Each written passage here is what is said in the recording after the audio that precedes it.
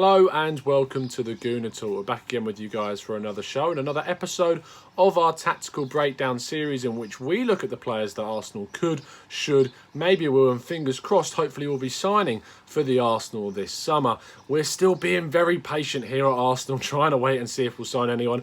There is a signing that is seemingly getting closer and closer by the day, and that is obviously Kieran Tierney. You can go check out the video I did on the Scot a couple of days ago and what he will bring to the team.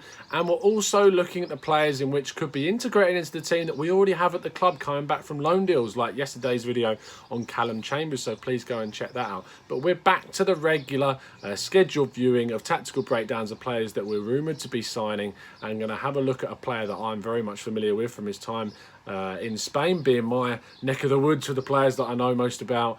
And I'm going to educate you guys onto what Dani Ceballos, the player that we're looking at, could bring to Arsenal were we to sign him. But let's have a quick look at the logistics of this deal first of all.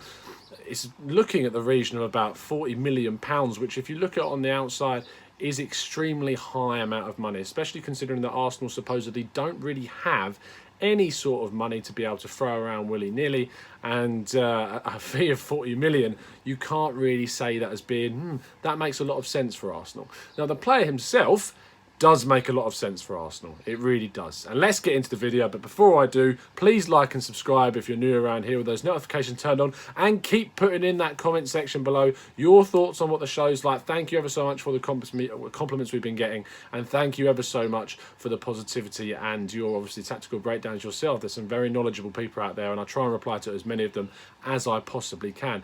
But Dani Ceballos himself, if we move on, he's a player who plays in centre midfield. It makes sense that we're linked to him because we lost the likes of Aaron Ramsey. And if you said to me, how much would it take to replace Aaron Ramsey? Well, I'd be telling you between 40 and 50 million, just like me and Lee Judges talked about at the weekend.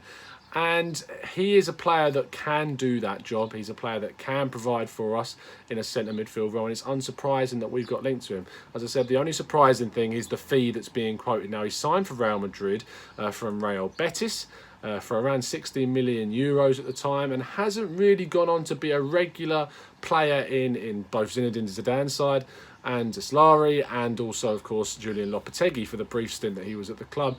And moving into Zidane's second stint, it's still not very obvious to see whether he's going to be included again. Zidane does like using his younger players for good reason, because we've seen a lot of success of his younger players, like Marco Asensio did very, very well under him.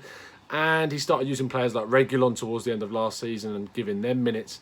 And it's interesting to see where he might go if he still stays. But the hope is maybe we could get a cut price deal for Dani Ceballos to join Arsenal. Do I think he's capable of producing and replacing Aaron Ramsey? Yes, I do. I really do. And I'm going to show you some statistics and some facts which back that evidence up. So what you're going to see on the screen now is a couple of heat maps. Now, the first heat map is from the last season, 2018-19. Now, the 2018-19 heat map you can see on the screen now shows what he was playing. As you can see, slightly shifted towards the left, very intense.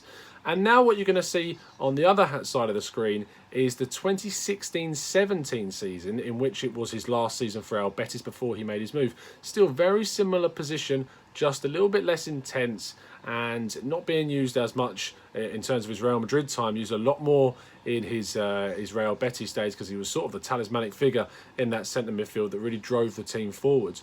But if you look at now, he's still using that same position. It's just not in the same way and not having as much pressure put on him by the Real Madrid team, because there's so much more quality in that side and he gets superseded by a lot more players. Now, what I want to show you in comparison to that is what we've seen him do for international level in 2018-19, and that you see is a very much more a more attacking midfielder, very much more intense, given a lot more freedom. He still does sort of lean towards that left-hand side, which is surprising for a right-footed attacking midfielder. He's not a winger, but he does play kind of inverted, and for good reason, because he's got extremely good dribbling skills and he uses them to his benefit.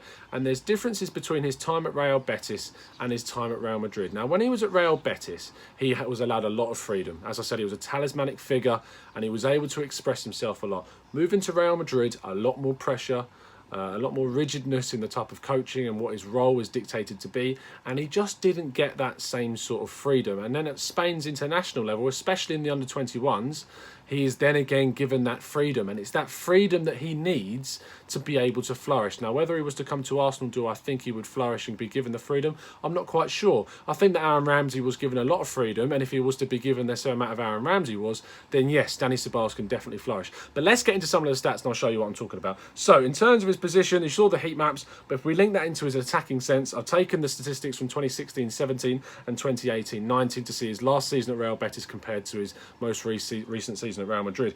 Now, in terms of his attacking sense, he actually goes down. So his shots, he took 1.3 shots per game for Real Betis with 43.2% on target, and that drops for Real Madrid, 1.64 shots being taken, but only 25% of those hit the target. So he was taking more shots, but they weren't as accurate. The amount of shot assists, so that's the times that he would lay a ball off for a player to take a shot, 1.2 times in 2016-17, but for Real Madrid at 1.59. So again, he went up in that aspect.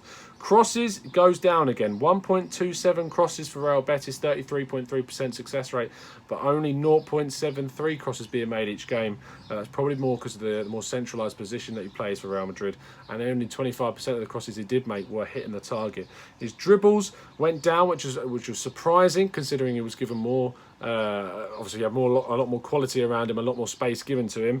6.55 dribbles per game at Real Betis, a huge amount, and this was a real big factor in why he sort of stood out and was caught the eye of Real Madrid. And 80.1% of those were successful.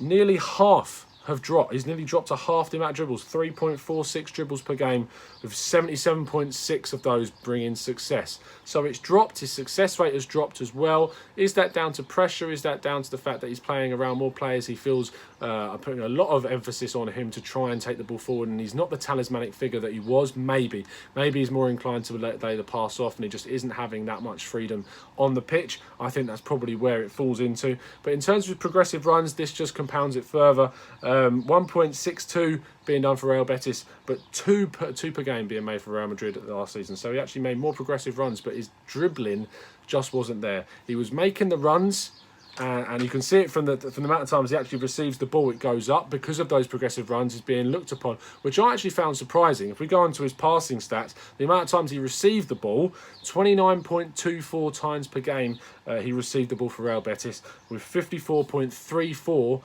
times he received them for Real Madrid. Real Madrid are in possession a lot more than Real Betis are, so that's why you can imagine he's receiving more passes. But that's probably down to the fact he's also making more progressive runs.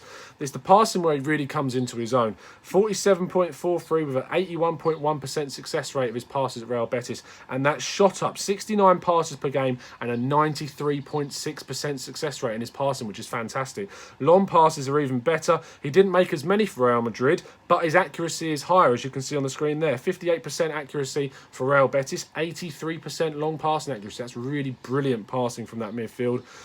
Through passes, 1.37 made per game, but a 43.6% success rate and a 0.5 being made per game with only a 36.4% success rate for through balls. So he actually dropped in terms of his quality of his through balls for Real Madrid. Wasn't asked to do it that much, and that comes down to the freedom I was talking about a second ago. He doesn't really get to play the game he wants. I'm going to come on to how he does for Spain in just a second. Passes to the final third, 9.51 with 75.2% success rate, and then for Real Madrid, 8.34 passes in the final third with an 89.1% success rate, much more improved than it was for Real Betis. And passes to the box, this is a key one, 2.89 per game for Real Betis, 2.91 for Real Madrid, but a 17% increase in accuracy, up to 78.1% for Real Madrid in his last season. His passes into the box are getting much better. His through balls are getting much better. And when he's given the freedom to use those quality attributes and abilities that he has, it comes to the fore, and it really, really, really works. And you're going to see that for Spain. So on the screen now, what you can see is the passes he was doing for Real Betis. Now, the passes he's done for Real Betis, you can see he wants to play that through ball in behind, try and find his teammates in space so they can run through on goal. Then for the Spanish national team in the current under-21s against Poland, I've got some images on the screen for you now where he set up so many times trying to see the pass in behind, and that's what happens when you give Dani Ceballos the freedom. If you shackle him, you don't allow him that same freedom. He is not as effective, and so therefore you don't get the same outcome from Dani Ceballos. So what you saw against Spain was so much more freedom and so much more quality because he's been given the confidence to do what he's good at. And that's why I think if he was to sign for Arsenal, we would benefit so much from him, because you've got the likes of Aubameyang and Lacazette up top who can run in behind, even the likes of Iwobi who like a run in behind. If we're signing Kieran Tierney, he loves a run as well, and Hector Bellerin. And this guy can be the orchestrator of that midfield and find those passes in behind, and you're going to see some real quality for the Spaniard. But that's just my opinion, and I hope you've enjoyed the breakdown of Dani Ceballos, because I hope I've given you enough insight into his game. Very much a passing wizard. Kind of throws me back to Santi Cazorla. I'm not going to say they're the same player because they're not, but the passing style and the way he wants to find players in behind, my God, we have missed that so much, and we need that incisiveness in the team. It's what we thought Ozil would give us, and yes, sometimes he can, but Dani Ceballos, if you give him the freedom, he will find you the pass. Thank you ever so much for watching. Please like and subscribe if you're new around here with those notifications turned on. Tune in tomorrow for our next tactical breakdown. I'll see you again very, very soon, and as always, up the Arsenal.